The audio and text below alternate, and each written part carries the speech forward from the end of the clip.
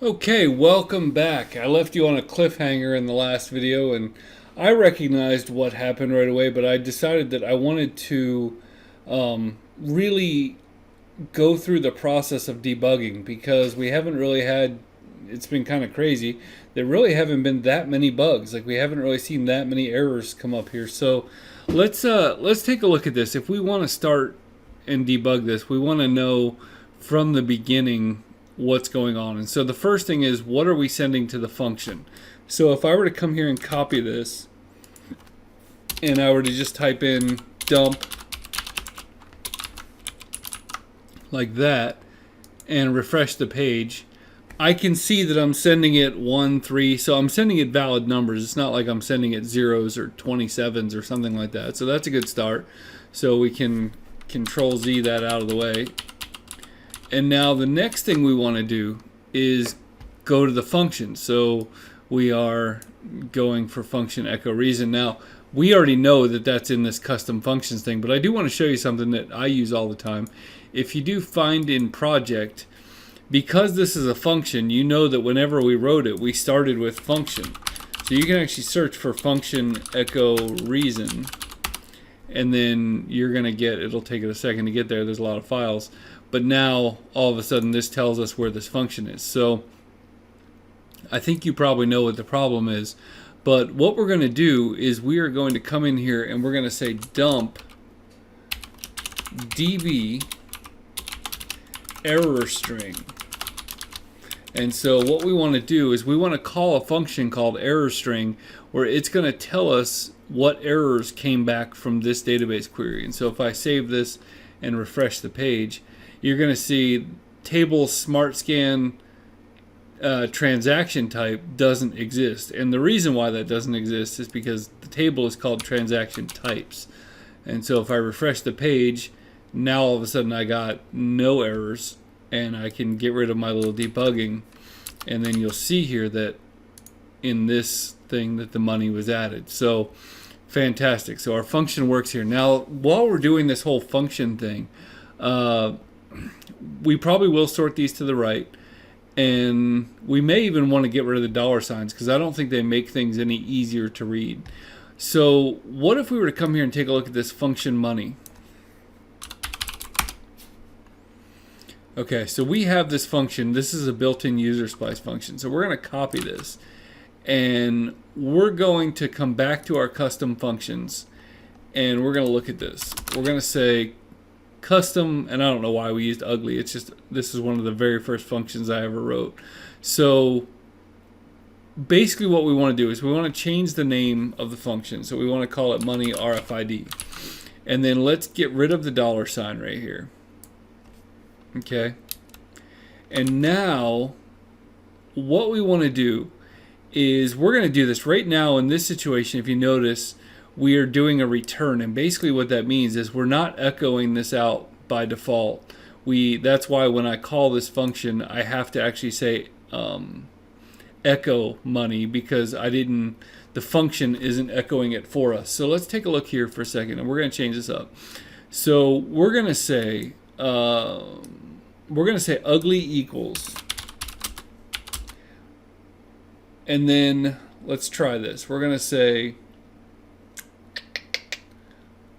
how do we want to do this? So right now we're formatting the money, the thing, great. So what we want to do is we want to say if ugly is greater than 0, then echo font color equals, and then we have to put single quotes. I don't know if we really talked about this very much. Whenever you need quotes inside of other quotes, the double quotes go on the outside, single quotes go on the inside. So font color equals green, and then we're going to say ugly, and then we're going to take our font. And so basically what we're going to do here is we're going to say if the amount of money is greater than 0, we're going to say green, and then we're going to say else if, and then we're going to say ugly is less than 0. We're going to take this same thing here and we're going to copy it and we're going to paste it and we're going to make it red. And then in the very rare amount that it would actually be 0, we're going to make it blue.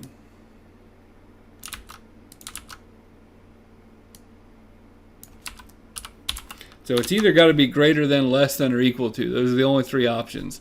We're not talking about quantum physics here. So now what we have is we have this new function. And so if we come back here, we can just say, we can get rid of the echo part, and we can say money RFID, the amount. And then if I come here, so we got an unexpected echo in function. So you probably saw that. Let's look at line 64. And let's see. So if ugly is greater than 0, let's see here. Else, what are we missing? Line 64. Else if ugly is less than 0. Ah, I see it. It took me a second, but what I spelled else wrong. So else if, and that's the purple.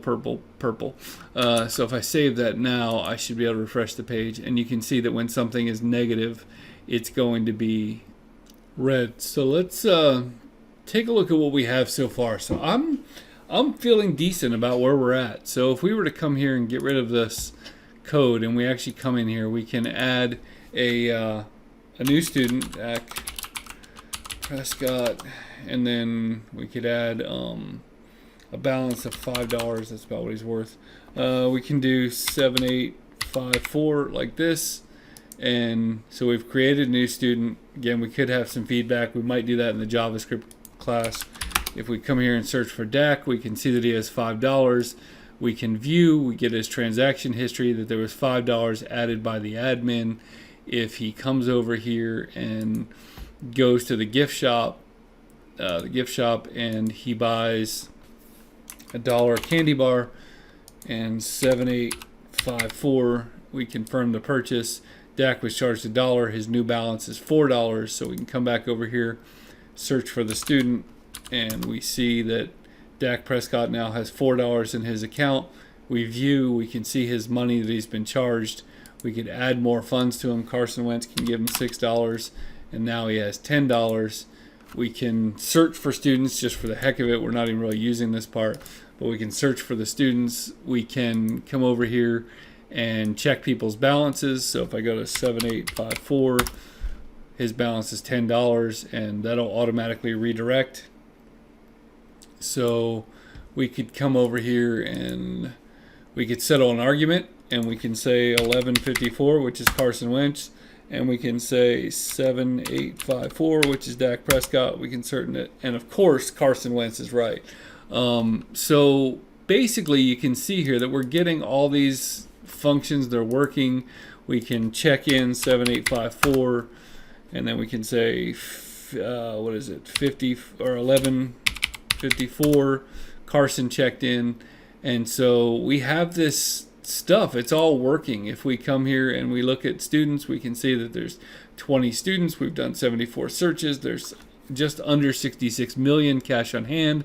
We've solved 3 arguments, checked the balance 17 times, made 101 in the snack shop, 3 checked in, 17 checked out. And I mean, overall, with where we're at right now, I think we have a pretty decent system. Now, I'm willing to continue this class. I'm willing to keep moving forward with it, but I really want to get some feedback. I really want to hear from you guys. I think we have videos going through almost the end of July. And so let me hear what you think. Let me hear what I can do better, what we need to change, where we should go with the class next. And again, it would mean the world to me if you would like and subscribe. And I want to thank you so much for taking phase 1 of Learn PHP the Easy Way. I hope you found it fun and enjoyable and informative. Have a great day. See you in the comments.